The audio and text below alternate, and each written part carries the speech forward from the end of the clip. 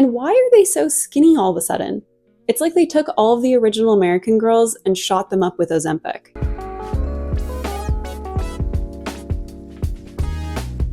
Hi there, my name is Tessa, and I am an American Girl. I'm a bitchy orphan from Victorian times. I watched my parents die in a boat. I might not be made out of vinyl, and I might not be an orphan, but that doesn't mean that I can't relate to the traumatic plight of every millennial's favorite historical doll line. But unfortunately, the brand that once convinced an entire generation to romanticize the Great Depression has turned into whatever this is. But am I just biased because of nostalgia, or has capitalism really ruined my favorite childhood fixation? American Girl was conceived back in 1984 by Pleasant Rowland, a former schoolteacher and textbook author. After a trip to colonial Williamsburg, she realized how lacking the traditional education system was when it came to teaching history, and she decided to take matters into her own hands. With the help of a colleague, Valerie Tripp, the pair developed 3 fictional characters who represented different time periods in American history. There was Kirsten Larson, a Swedish immigrant whose family settles in Minnesota in the 1850s, Samantha Parkington, a well-to-do orphan who sees the social upheaval at the turn of the 20th century, and Molly McIntyre, a classic middle child whose daily life is impacted by the events of World War II. The Pleasant Company launched the American Girls collection in 1986 via catalog, offering books, dolls, and accompanying accessories intended to educate and entertain children between the ages of 8 and 12. Knowing that kids wanted to actually identify with the characters and not just be lectured to, they made a point of making sure that the girls were fully developed, not only differing from each other aesthetically, but having their own unique personalities, motivations, and interests. Although there had been attempts to position Barbie as a role model with her various girl bossy jobs, in the 1980s, she was still seen as nothing more than a fashion doll, and she frequently came under fire for promoting an unhealthy body image and for being over-sexualized. You set the feminist movement back 50 years. You destroy girls' innate sense of worth, and you are killing the planet with your glorification of rampant consumerism. When Pleasant Rowland was developing the American Girls, she opted for a more realistic look, intending for the dolls to resemble the same girls who would be playing with them. Not only were their features more juvenile than Barbie's, with round cheeks and a complete lack of curves, but their clothing was just as appropriate for their age as it was their era. The American Girls were well received by children and parents alike, which is honestly pretty uncommon, and by 1990, they were making $10 million annually. With these additional funds, they finally had the means to expand their limited roster, something that fans had been clamoring for years. In 1991, they introduced Felicity Merriman, a certified horse girl experiencing the early days of the American Revolution. Then in 1993, they added their first non-white character, Addie Walker, whose story detailed her escape from slavery and her adjustment to life in the North. Addie was a remarkable achievement for the company, selling over 1 million of her books and her dolls in the first year, something practically unheard of at the time for a Black character. They followed her up with another non-white character in 1997, Josefina Montoya, a Mexican girl in the 1820s whose mother recently passed away. As you can probably tell, American Girl didn't really shy away from difficult topics like war, abuse, racism, and poverty. I mean, Kirsten's best friend literally dies of cholera in the very first book. But the goal of the series wasn't just to shock kids. It was to introduce them to these situations in a more approachable way. And not just the historical stuff either, but difficult emotions like grief, envy, and pride. It was during the 1990s that American Girl really hit its stride. They launched a magazine, started a historical society/fan club, opened brick and mortar stores, partnered with scholastic book fairs, and released even more merchandise. And the dolls basically became a shorthand for the upper middle class. Pleasant Company also published non-American Girl books, many of which provided life advice for their target audience of tween girls. If you've ever heard of the care and keeping of you, that's one of theirs. In 1995, they introduced the American Girl of Today, a line of dolls with different hair, eye, and skin combinations that could match their owner, making them representative of the individuality of the modern-day American Girl. Instead of accompanying books, they came with empty journals, incentivizing kids to write their own stories because they wanted all of us to feel like we're a part of history. With all of this critical and commercial success, it's no surprise that they were the talk of the toy world. And in 1998, the Pleasant Company was purchased for $700 million by Mattel, which is pretty ironic considering American Girl was kind of the anti-Barbie. Although a lot of fans of the brand were concerned about the Mattel buyout, in those first few years, things didn't actually change as much as they'd feared. This was largely because of Pleasant Rowland herself. Not only did she stay on as president of the company until 2000, allowing for a more seamless leadership transition, but she also insisted that American Girl's operations continue at their headquarters where they'd been since their inception. This not only allowed them to keep a lot of their existing staff, but created a very distinct divide between American Girl and the rest of Mattel, which is why, for the most part, the historical dolls continued to be made with the same love and care as they had in the past. In 2000, they released Kit Kittredge, a tomboy who aspires to be a reporter, while her family is struggling to make ends meet during the Great Depression. She was followed up by Kaya in 2002, who was a member of the Nez Perce tribe, and she was actually my favorite character as a kid. Then there was Julie Albright in 2007, who lives in San Francisco in the 1970s and marked the first American Girl with divorced parents. Relatable. The brand's 10th historical character, Rebecca Rubin, was introduced in 2009 and is a Russian Jew living in New York City in the 1910s who finds herself struggling to balance her family's traditions with her American lifestyle.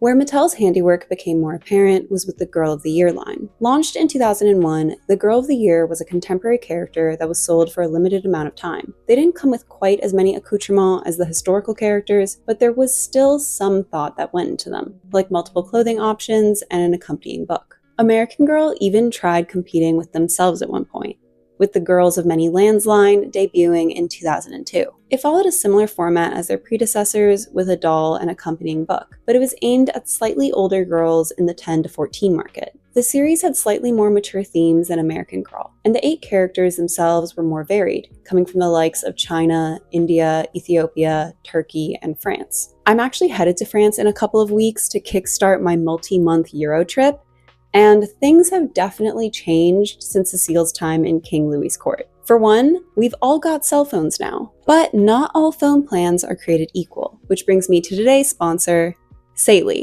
brought to you by the same people who made NordVPN. For anyone unfamiliar, Saley is an eSIM provider that lets you easily purchase data plans whenever you travel internationally. As someone who's had their fair share of adventures around the world, whether that's towering over every other person in Japan, biking around the streets of Bangkok, or just trying to survive in New Zealand, I know how important it is to have a phone that actually works. Looking up directions, calling Ubers, or just staying in touch with loved ones. With an eSIM from Saley, you can rest assured that after landing in a place and turning on your phone, you'll immediately have data. You don't have to waste your time trying to hunt down a local SIM card or pay ridiculously expensive roaming fees with your domestic phone plan. All you need to do is download the Saley app, purchase a plan for the country that you're traveling to, and activate the plan on your phone. Voila, you have data. Saley has different affordable data plans, including unlimited data and auto top-up options for over 200 destinations. You can even buy a regional plan, which is super helpful for me since I'm going to be hopping all over the place for the next few months. So make your next international trip a breeze with an eSIM from Saley. And you can get an exclusive 15% off by using the code TESSA at checkout on the Saley app or by going to saley.com/Tessa. Now let's get back to the video. It was around the time Mattel debuted the Girls of Many Lands that they also began adding best friend characters to the historical lineup. Usually mentioned in passing in the original series, these characters were spun off to have their own dolls and books. I actually think that this was a pretty decent concept, as any fans of the main character would no doubt be interested in her best friend. The problem was that most of Mattel's picks didn't really make a lot of sense. If you watched my video where I ranked the different historical American girls, then you know who I'm talking about.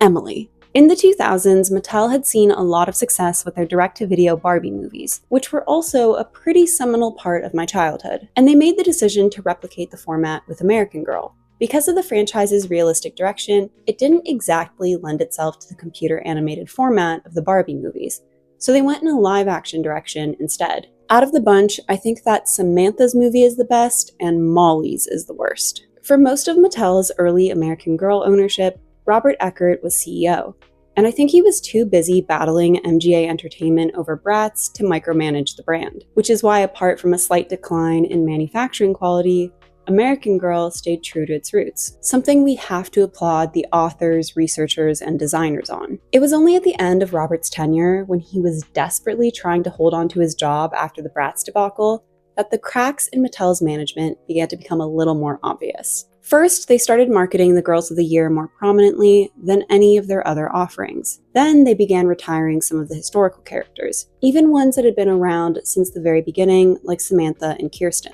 After Robert Eckert was ousted from Mattel in 2011, there was an awkward period where they switched CEOs every few years, something that definitely did more harm than good, because they were never able to settle on a vision or direction for the brand. In 2014, American Girl made one of their most controversial decisions, which was to rebrand all of their historical characters under the Be Forever label. All of the best friend characters were shelved, and all of the newer historical editions, like Marie Grace, Cecile, and Caroline, were retired. The remaining historical characters were re-released with new dolls, updated outfits, and simplified looks. Mattel has never explained why they decided on the Be Forever rebrand, and as much as they tried to present it as this sort of fun refresh to introduce a new generation to American Girl, it was very obvious to fans that it was just a blatant attempt to try to maximize profits, something that was reflected in the quality of the dolls, which severely declined. A key feature of the American Girl brand were its characters, who each had a different perspective and were able to teach kids about a different time period. But for some reason in the 2010s, Mattel convinced themselves that kids were no longer interested in these old-timey stories, and all of the Be Forever characters came from the 1940s onwards. In 2018, Ynon Kreiz was named CEO of Mattel, and with a history in the entertainment industry, he pushed for the company to become more involved in that space. This, of course, culminated in the massively successful Barbie movie. But for the American Girl brand, it meant podcasts, direct-to-streaming movies, and animated web series, although none of these projects are what I would call smash hits. But on the plus side, at least he discontinued the Be Forever branding in 2019 and brought back some of our favorite historical girls. While complaints had been directed at Mattel's management of American Girl since the early 2000s, it wasn't until the late 2010s that fans finally started to put their money where their mouth is and stopped buying. According to a letter from Mattel shareholders, between 2016 and 2023, American Girl revenue fell by 61%, whereas the entire global doll revenue increased by 23%. This pressure to be more profitable has led to the latest evolution of the American Girl brand, which I would refer to as the sellout era.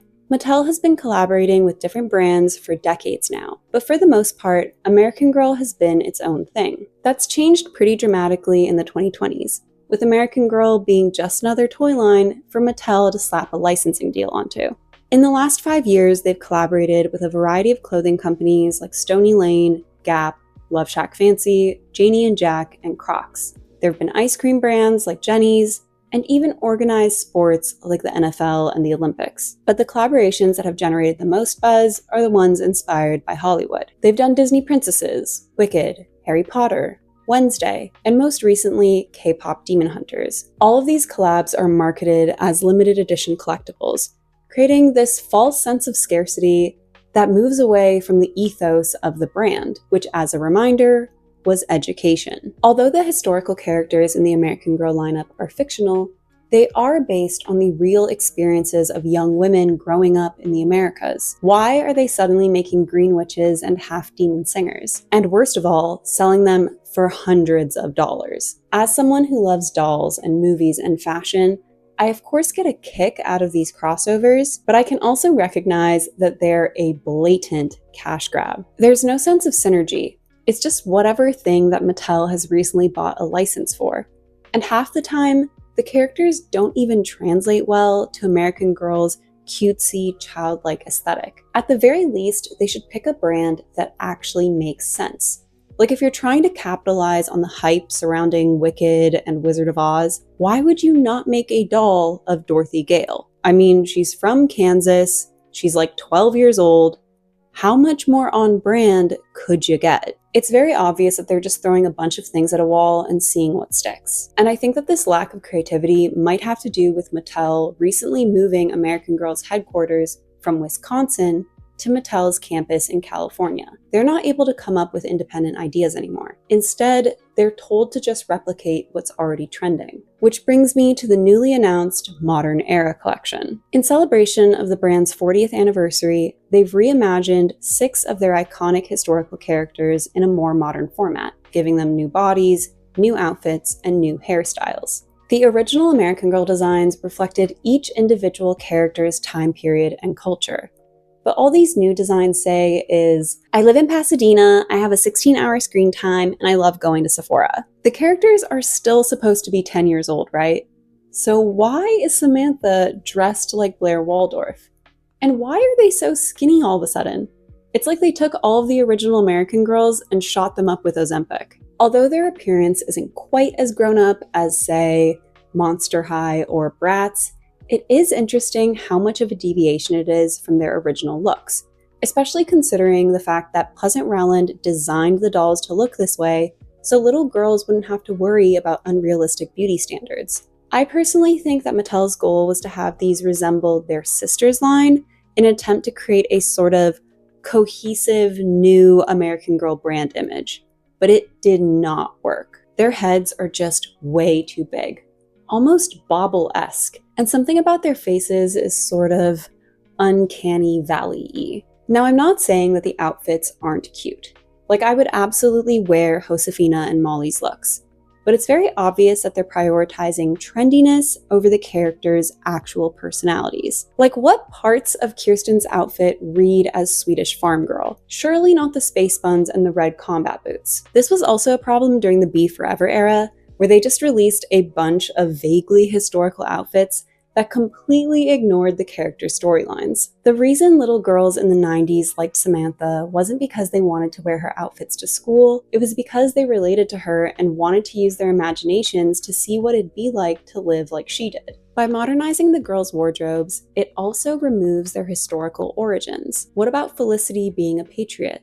Or Addie, a former slave? Sure, there isn't a one-to-one aesthetic comparison in 2026, but I think that's kind of the point. By erasing their outfits, they're erasing their history, which is very troubling in this day and age when Donald Trump's administration is actively trying to remove any mentions of America's racist past because it doesn't fit the narrative that they're trying to push. There's a problem all around when it comes to children's media lately, where they're definitely prioritizing entertainment over any educational value. And I feel like the current direction of American Girl is a prime example of that. They've dumbed down the brand so much that all of the things that made it special aren't there anymore. American Girl used to be a staple of the preteen era, a time when you'd already grown out of Cabbage Patch Kids and Dora the Explorer, but weren't quite ready for MTV and lip gloss. But nowadays, it's just another generic toy line. I mean, how much longer do you think we have until they start selling blind boxes? And no, I don't think that's a stretch, especially considering they just announced an adult book series about Samantha Parkington, which definitely feels like an attempt to reheat Bridgerton's nachos, although I doubt that they'll put anything even half as spicy. Now, I know that this whole video probably felt very